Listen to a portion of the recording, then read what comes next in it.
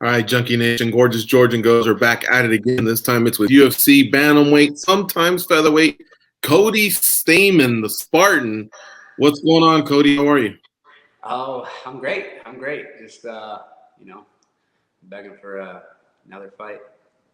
I saw that. So Smolka can't go. You want OMalley. Do you look at it first like, ooh, paycheck, chance to compete, or I want to kick that guy's ass? Which one is it closer to? I think it's kind of all of those things, really. I haven't exactly had the easiest run in the UFC, and honestly, I'm super jealous and envious of the run that he's had. I haven't gotten those fights. I haven't gotten those fights, where you get guys on a skid or you get a name on his way out. I've just gotten like anybody that wins 5-6 fights in a row. Like I'm like the gatekeeper, in the rankings. Like I gotta go fight that guy.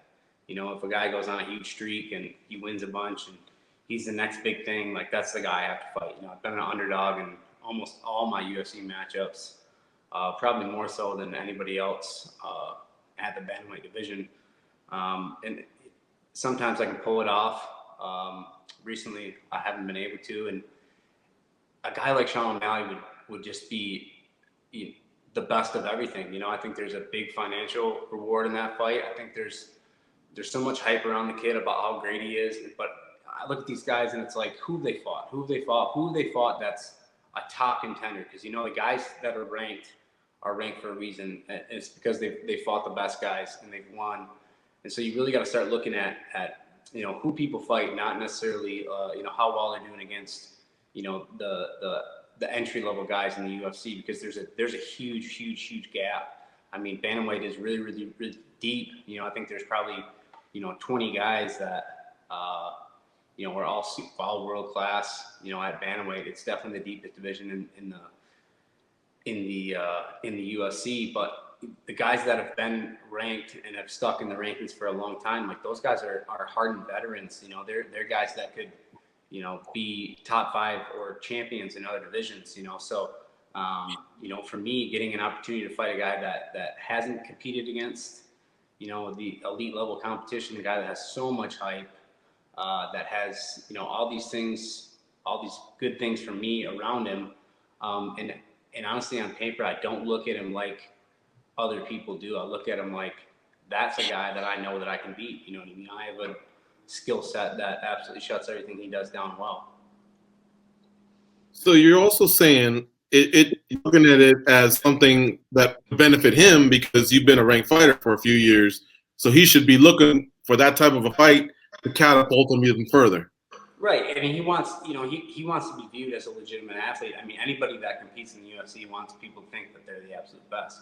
Unless Sean O'Malley is a complete wuss and he's scared of a fight, like what I would bring, like what are you doing here? Like, what are you doing in the UFC? Like, how long can you just fight guys outside of the rankings or guys on their way out before people start to realize that you're maybe you're not a legit contender, and that you're just the guy that has a flashy style that people like to see. You're a character outside of the cage, but I mean, there's no hiding when you get in there. You know what I mean? It doesn't really matter who you smoke weed with or how many followers you have on Instagram, because when you get in the cage, you fight somebody that's real and fight somebody that's competed against the best. It's a different experience, and I learned it the hard way. I fought Brian Caraway and Aljamain Sterling in my third and fourth fight in the UFC. I didn't really get the UFC welcome that a lot of other guys like O'Malley did. I went right to the top, I went right in the rankings, and I fought nothing but killers ever since.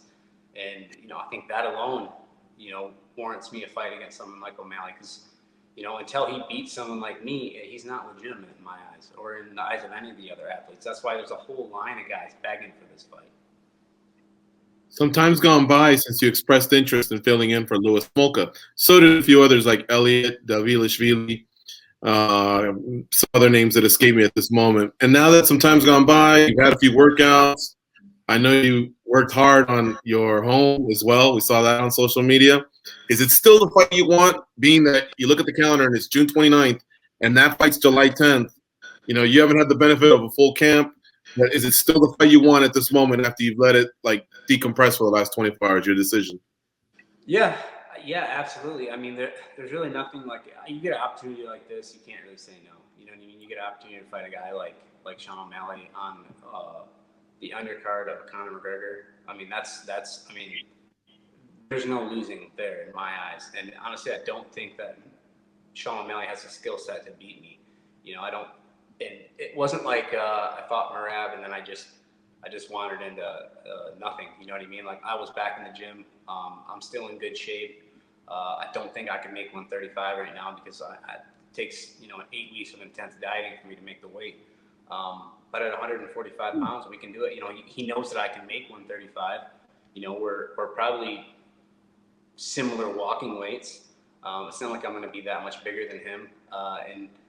And for him, a fight against me, it legitimizes everything. I mean, I don't think he's going to take a fight against Merab because what Merab's going to do. Merab's going to shoot on him 900 times. Like I can fight Sean O'Malley on our feet.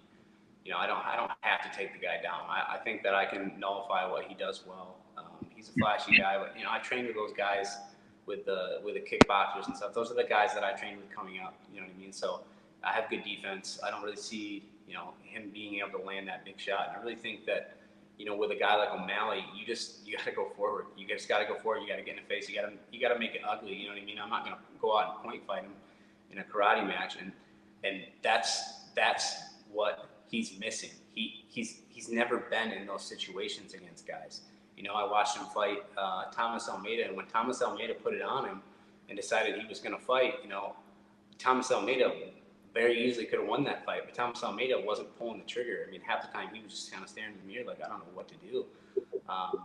And that's maybe the toughest test that he's had in the UFC outside of Cheeto, who absolutely, ran through him. And Cheeto's a guy that kind of bounces in and out of the rankings too. So it's interesting to me, if I don't get this fight, it's like, who does?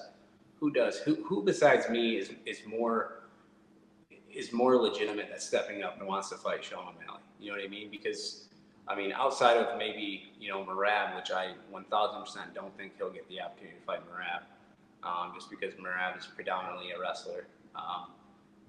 Who else is there? Who else is there that Sean O'Malley can fight? That's a real legitimate opponent, a real threat to him, and that kind of legitimizes his career. I mean, none of the names that came up, I thought, honestly, I think they'll give it to Tim Elliott because Tim Elliott's a 25-pounder. There's a lot of upside. There's a lot of upside for O'Malley because that's another essential name that he could put on his list because Tim is, obviously, I don't know if he's probably top 5 at 25, so maybe he gets a ranked guy at 25. I don't know. I mean, if I'm Sean O'Malley, in the way I look at MMA, it's like you want to compete against the best, right? I mean, it's obviously you can hang out and you can make money, but at the end of the day, you should want to challenge yourself against the absolute best guys in the world. And I think I'm the best guy that stepped up and wants to fight him. So currently, would you say, Cody, that you're in a mindset that you're going to fight this guy? In other words, whatever dinner is tonight, it's going to be a good meal, training session, maybe a little focus towards Sean, any video, stuff like that? Yeah, I mean, listen, if they call me on Monday and they ask me if I still want to fight, I'm going to say yes.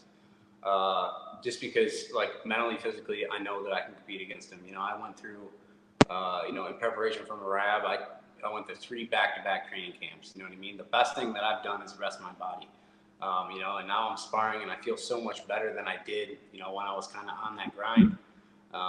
I feel better because I've recovered and I know that, like, anybody you put in front of me right now that I can beat. I put the work in 6 months ago.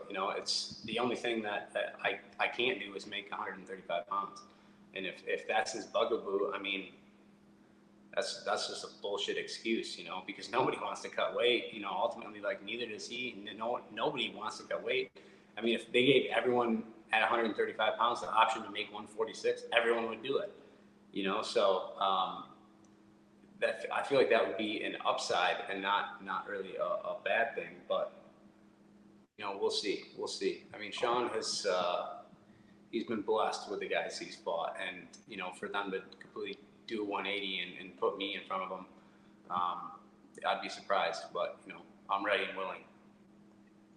I guess if the big man called right now and asked you, Cody, why you and not someone else, what would you tell him?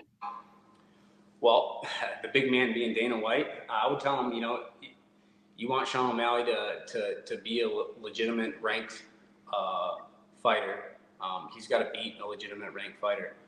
He's got to beat someone that's been in the cage with the absolute best in the world.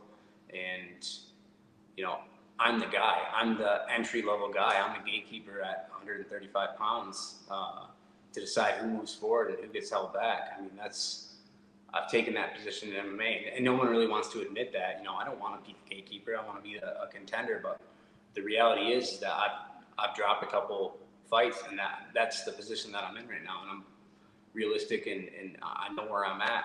And a fight against Sean O'Malley, puts me right back in the mix because everyone sees him as someone that's going to be the champion one day. And, if he can beat me, maybe he will be, but I highly doubt it. You certainly made your case, man, and you did it very well. And looking back, you're right. You have fought some killers.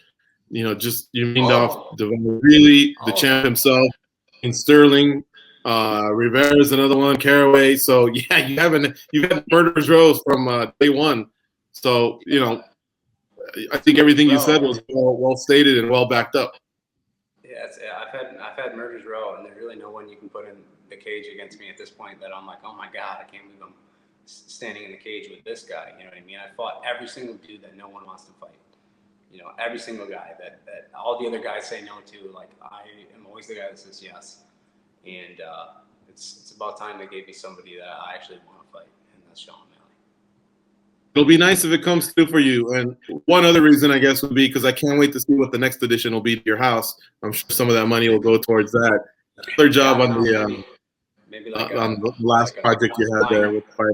Trapeze bar or something. I don't know. Maybe we'll come up with something weird. Nice. All right. Thanks for the time, Cody. Great catching up with you. All right. Appreciate it, guys. Thank you.